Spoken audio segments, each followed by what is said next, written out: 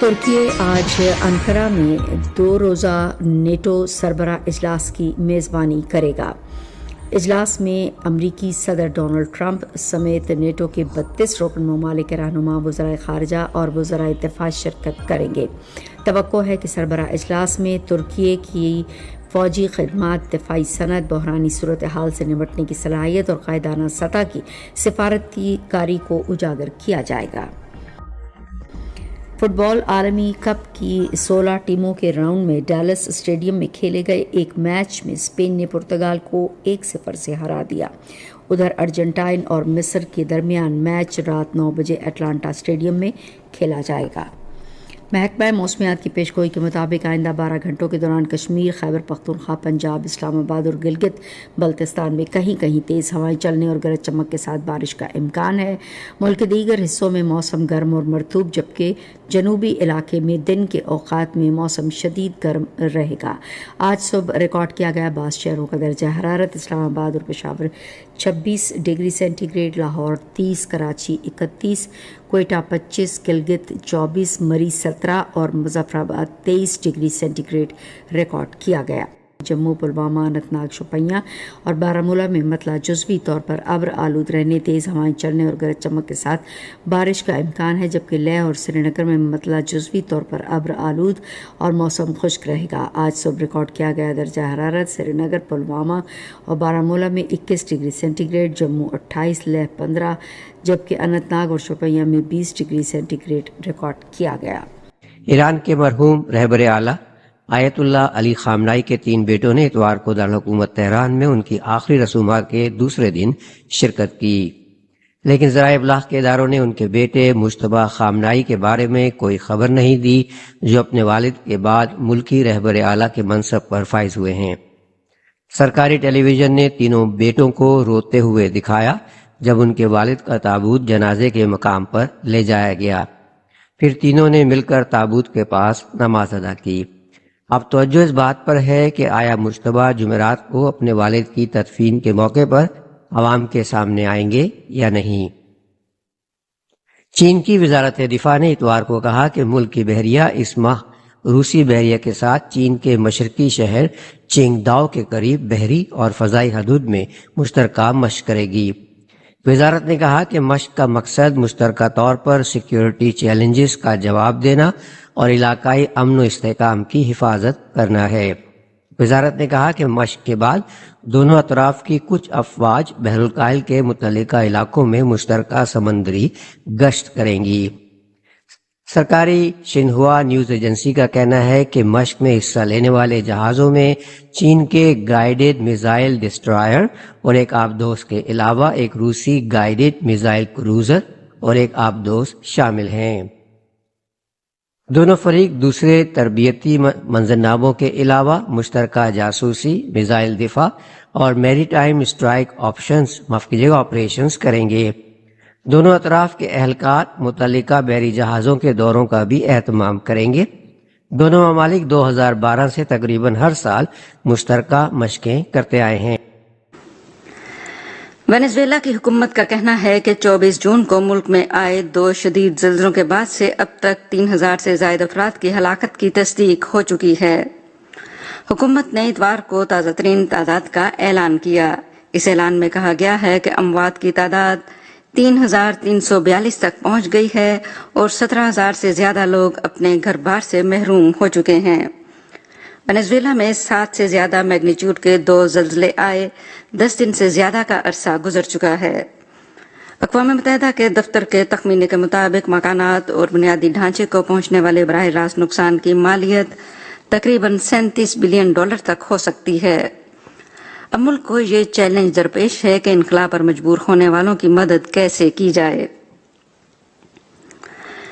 Japan کے خلائی تحقیقی مشن ہیابوسا 2 نے خلا میں اپنی اگلی منزل کی طرف جاتے ہوئے ایک سیارچے کا فلائی بائی یعنی دوران پرواز مشاہدہ مکمل کر لیا ہے۔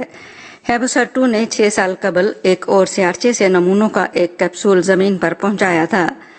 جاپان ایروسپیس ایکسپلوریشن ایجنسی جاکسا کا کہنا ہے کہ ہیابوسا 2 نے توریفونے سیارچے کے گرد پرواز کسی بھی گڑبڑ کے بغیر جاپانی وقت کے مطابق اتوار شام 6:30 پر مکمل کر لی تھی۔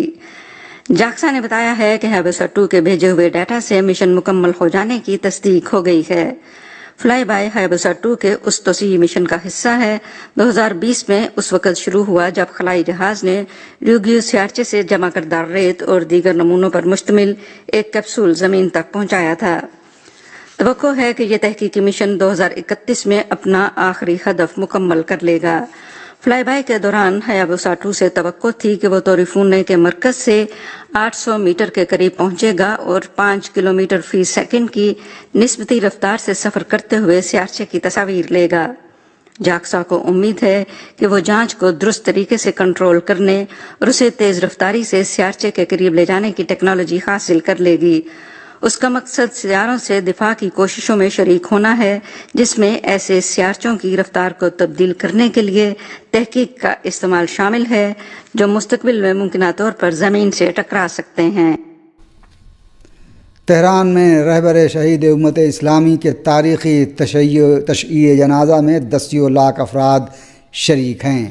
اس موقع پر غم، عقیدت اور قومی یکجہتی کا بے مثال مظاہرہ دیکھنے میں آ رہا ہے۔ شہید رہبر آیت اللہ العظمیٰ سید علی خامنہئی کا تہران میں تشییع جنازہ کا جلوس تاریخ کے عظیم ترین عوامی اجتماع کا منظر پیش کر رہا ہے۔ صبح سویرے سے ہی 10 لاکھ شہری، خواتین، مرد، نوجوان، بزرگ اور بچے سیاہ لباس زیب تن کیے، ہاتھوں میں قومی پرچم، رہبر شہید کی تصاویر اور سیاہ علم اٹھائے سڑکوں پر جمع ہو گئے۔ بین الاقوامی ذرائع ابلاغ نے بھی اس غیر معمولی عوامی اجتماع کو ایران کی حالیہ تاریخ کے بڑے اجتماعات میں شمار کیا ہے۔ شہر کی مرکزی شاہراہوں پر انسانی سر ہی سر نظر آ رہے ہیں۔ جہاں تک نگاہ جاتی ہے سوگوار عوام کی قطاریں دکھائی دیتی ہیں۔ فضا لبیک یا خامنہئی، مرد آباد امریکہ، مرد آباد اسرائیل اور لبیک یا حسین جیسے نعروں سے گونج رہی ہے، جبکہ ہزاروں افراد آبدیدہ آنکھوں کے ساتھ رہبر شہید کو آخری سلام پیش کرتے نظر آ رہے ہیں۔ کئی مقامات پر رقت آمیز مناظر دیکھنے میں آئے، جہاں لوگ شدت غم سے اشک بہا رہے تھے اور ایک دوسرے کو پرسہ دیتے نظر آئے۔ ایرانی حکومت نے اس تاریخی جلوس جنازہ کے لیے غیر معمولی سیکیورٹی انتظامات کیے ہیں۔ تہران کی اہم شاہراہوں کو ٹریفک کے لیے بند رکھا گیا ہے۔ سیکیورٹی فورسز، پولیس، رضاکار فورس بسیج ہلال احمر، ہزاروں رضاکاروں کو مختلف مقامات پر تعینات کیا گیا، جبکہ طبی امداد، پانی، خوراک اور دیگر سہولیات کے خصوصی انتظامات بھی کیے گئے تاکہ شرکائے جلوس جنازہ کو کسی دشواری کا سامنا نہ ہو۔ جلوس جنازہ میں ایران کی اعلیٰ سیاسی، عسکری اور مذہبی شخصیات کے علاوہ مختلف ممالک کے سرکاری وفود اور غیر ملکی شخصیات بھی شریک ہیں اور رہبر شہید کو خراج عقیدت پیش کر رہی ہیں۔ متعدد عالمی ذرائع ابلاغ نے اس جلوس جنازہ کو نہ صرف ایک مذہبی اور قومی سوگ بلکہ ایرانی ریاست اور عوامی یکجہتی کے اظہار کے طور پر بھی پیش کیا ہے۔ ان رپورٹس میں اس اجتماع کو ایران میں قومی جذبات، سیاسی عزم اور عوامی رد عمل کی ایک نمایاں مثال قرار دیا گیا۔ تہران میں منعقد ہونے والا یہ تاریخی تشییع جنازہ کا جلوس کئی گھنٹوں سے جاری ہے۔ عوام نے انتہائی نظم و ضبط، صبر اور عقیدت کے ساتھ رہبر شہید کو الوداع کہا۔ غم و اندوہ، قومی یکجہتی، مذہبی وابستگی اور عوامی جذبات نے اس دن کو ایران کی معاصر تاریخ کے اہم ترین لمحات میں شامل کیا ہے۔ جماعت اسلامی پاکستان کے نائب امیر لیاقت بلوچ نے ایران کے عوام کی استقامت کو خراج تحسین پیش کرتے ہوئے رہبر شہید آیت اللہ العظمیٰ خامنہئی کی تشییع جنازہ میں 10 لاکھ افراد کی شرکت کو غیر معمولی قرار دیا۔ لیاقت بلوچ نے تہران میں نماز جنازہ اور تعزیتی پروگراموں میں شرکت کے بعد اسلام آباد پہنچنے پر صحافیوں سے گفتگو کرتے ہوئے کہا کہ تشییع جنازہ میں عوام کی تاریخی شرکت نے ایران کی قومی یکجہتی، استقامت اور بیداری کو دنیا پر واضح کر دیا۔ جماعت اسلامی پاکستان کے نائب امیر نے کہا کہ عظیم الشان تشییع جنازہ کا اجتماع امریکہ اور صہیونی حکومت کے لیے بین الاقوامی ناکامی اور شرمندگی کی علامت بن گیا۔